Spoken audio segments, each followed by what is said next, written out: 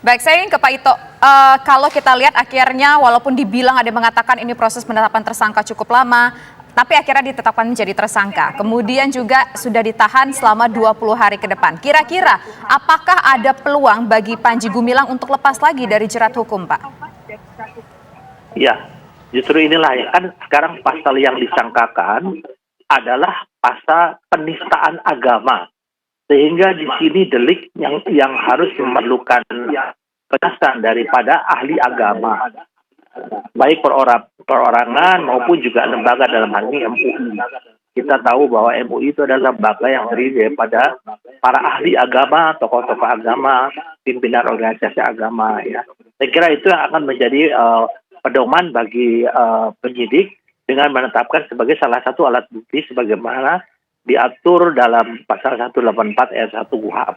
Kemudian yang kedua, ada masyarakat mengatakan mengapa kok terkesan lama untuk menetapkan tersangka? Karena ada keterbatasan waktu penahanan. Karena sesuai ketentuan peraturan bahwa penyidik hanya memiliki waktu 20 hari dan dapat diperpanjang 40 hari. Kemudian juga ada konsekuensi hukum apabila penyidik tidak cermat, maka yang bersangkutan atau tersangka ini dapat mengajukan gugatan yaitu melalui pra-peradilan. Nah, dengan dasar inilah memang sampai ada saksi yang diperiksa 40, kemudian saksi ahli 17, agama, saksi ahli sosial, bahasa, dan lain sebagainya. Saya kira ini betul-betul penyidik sudah yakin bahwa unsur-unsur pidana sebagaimana yang menyangkut pasal 156A ini itu sudah terpenuhi seluruhnya. Ya, saya kira ini sekarang tinggal bagaimana penyidik ini mengembangkan daripada hal-hal yang belum memenuhi ya. Karena apa? Kalau sudah 3 alat bukti, tentunya pemberkasan sudah bisa segera dilakukan ya, dan juga diajukan kepada penuntut umum. Hingga waktu 60 hari ini bisa terpenuhi ya, dan tidak ada hal-hal lain yang kemungkinan yang bersangkutan atau tersangka saudara PG ini bisa dibebaskan.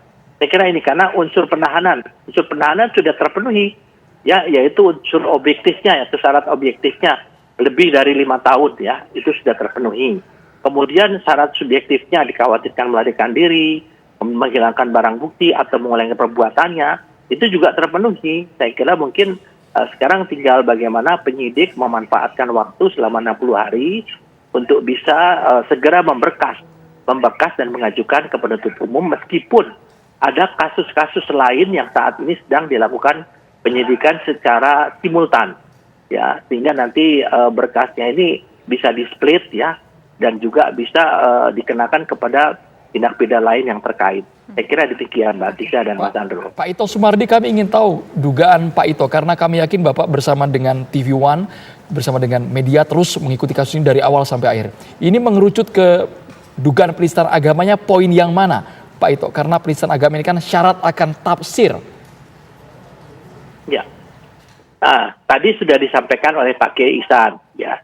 Kemudian juga oleh Pak Helmi juga sudah disampaikan. Saya kira ada hal-hal yang tentunya penyidik itu harus berdasarkan kepada norma yang bersifat absolut, ya, yang absolut yang tidak bisa ditafsirkan. Misalnya tadi bahwa Al-Quran itu kan merupakan kalam Allah, ya, bukan daripada firman Nabi Muhammad SAW. Semua orang tahu, ya. Dan yang paling penting, siapa yang menentukan itu benar atau tidak adalah ahli, yaitu ahli agama, baik perorangan maupun lembaga.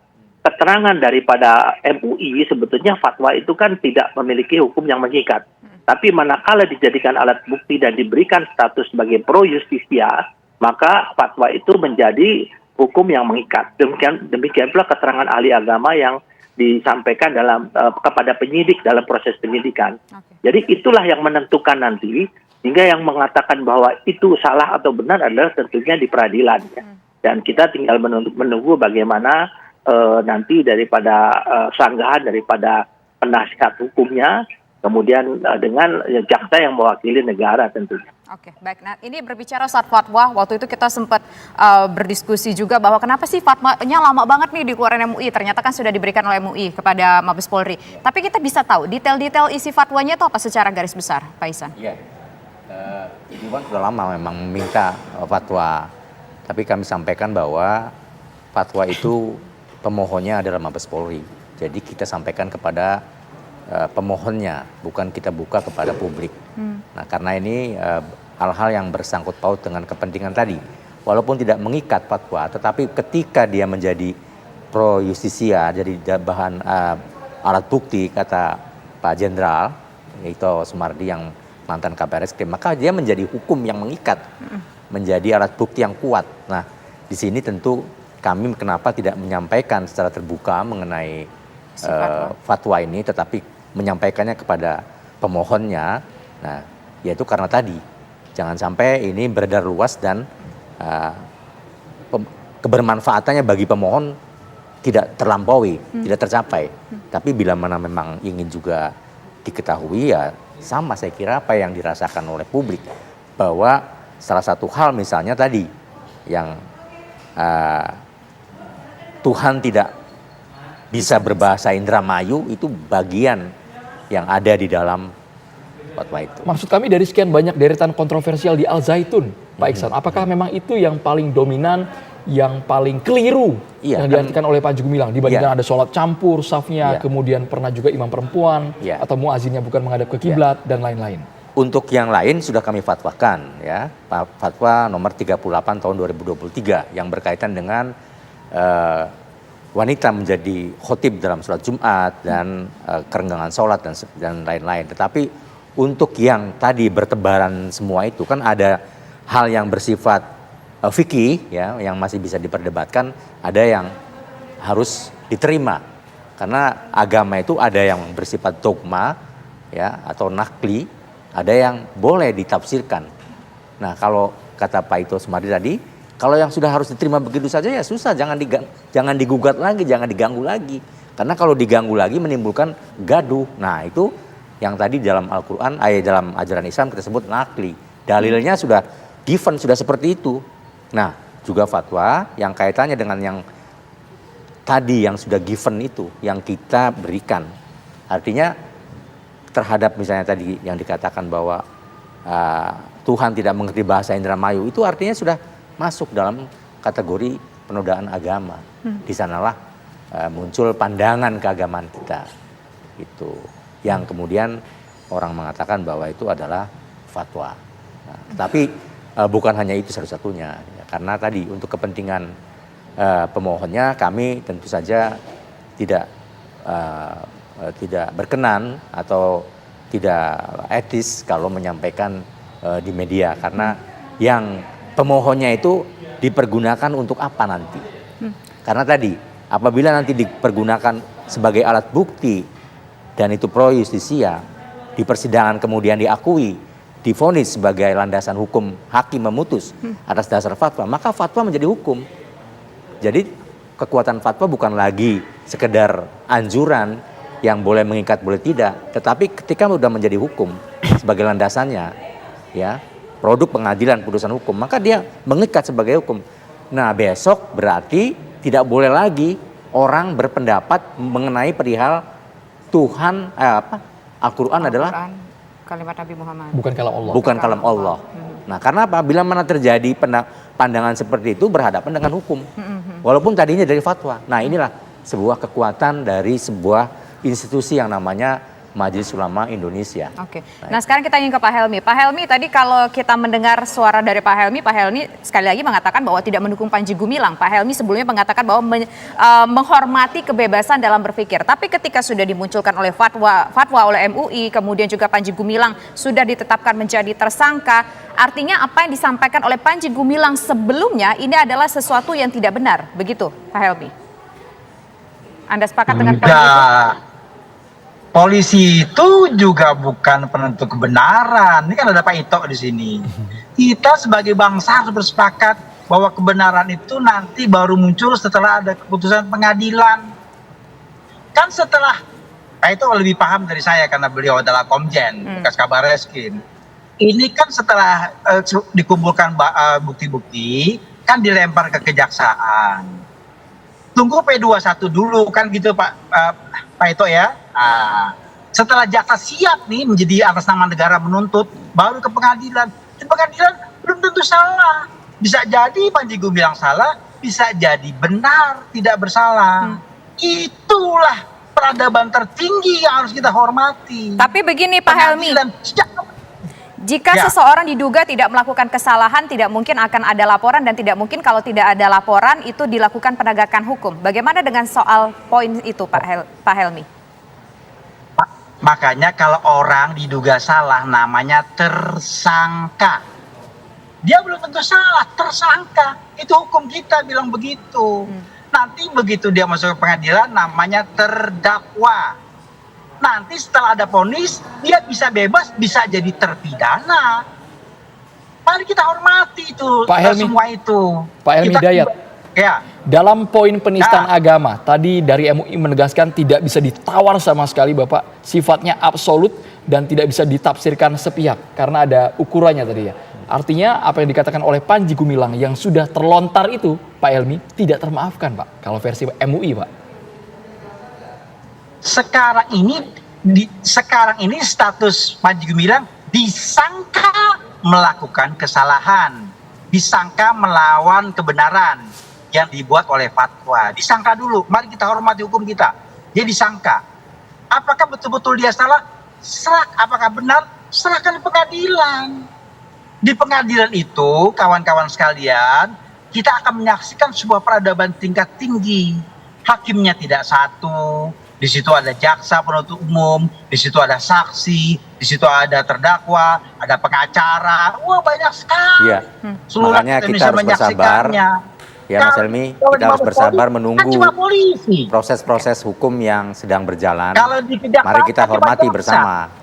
Kalau perdebatan ini masih berkaitan dengan iya tidak, ya itu namanya debat kusir. Maka kita menghormati semua prinsip-prinsip hukum Debat kusir dan sama Kiai. tadi saya katakan polisi Sebentar Pak Helmi, kita dengar dulu Pak Ihsan, Pak Helmi nanti saya sudah on the berikan track waktu. yang melakukan langkah-langkah penyidikannya dan ini tentu tidak gegabah ya, didasarkan atas berbagai pandangan ahli penyidikan dan satu lagi fatwa Majelis Ulama Indonesia yang tentu umat Islam menghormati sebagai suatu produk yang ulama yang patut dihargai. Oke. Oleh karenanya mari kita tunggu proses-proses ini, semoga lancar prosesnya dan yang bersalah tentu akan mendapatkan punishment atau hukuman dan masyarakat tentu sudah tidak lagi berdemo ya, kita percayakan kepada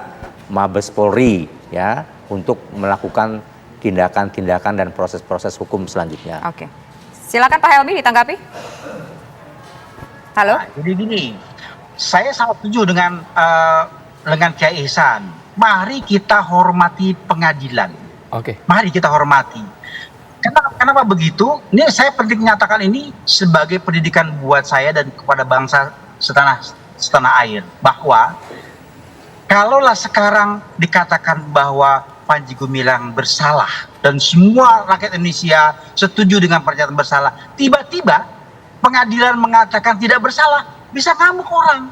Karena itu kita harus didik bangsa kita. Kita siapkan bagi yang sangat marah kepada Panji Gumilang dan berharap dia dihukum mati, misalnya gitu ya, maka harus siap apapun yang menjadi keputusan pengadilan. Misalnya cuma 10 tahun. Pak Helmi Ini Hidayat. Misalnya asik cuma juga 5 nih kalau tahun. Mas Helmi nanti jadi saksi ahli nih.